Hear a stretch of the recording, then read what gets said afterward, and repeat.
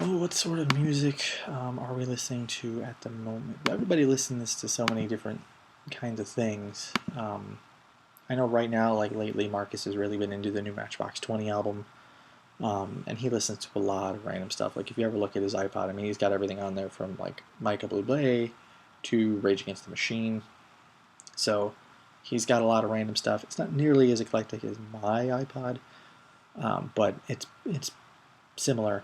Um, and you got Fernie, who's I mean, I remember when Fernie and I were kids, pretty much everything he listened to was just rock stuff. Like we listened to Korn and we listened to like Slipknot and Static X and stuff, and that was pretty much it.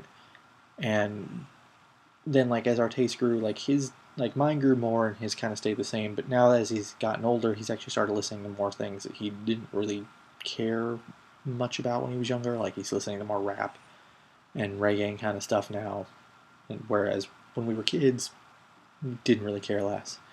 Um, Zach is always listening to old school stuff. I mean, his stuff is pretty much entirely old classic rock stuff. I listen to everything. Like I said, for this particular album, I've been listening to a lot of, 80s stuff.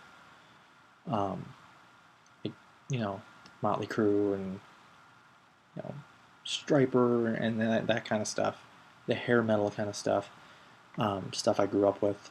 But as a whole, lately, for the past few years, just the kind of average stuff I'm listening to, if I'm just listening to the radio or something, is a lot of country, believe it or not. You don't necessarily hear it a lot in the music, but as an influence, but I do listen to a lot of country because so much of new music nowadays is just so terrible, and country still keeps it real, and that's what I like about it is everybody still plays their own instruments, um, even when they try and add new flavors into the mix and kind of modernize a little bit, it still has that country vibe to it. It still kind of keeps its roots, um, and they know how to write catchy songs, and they know how to write songs that everybody can relate to, and that's what I like about it. Is because it's like there are so many country songs that you can relate to. You've been in that same situation, and you don't hear that in music anymore.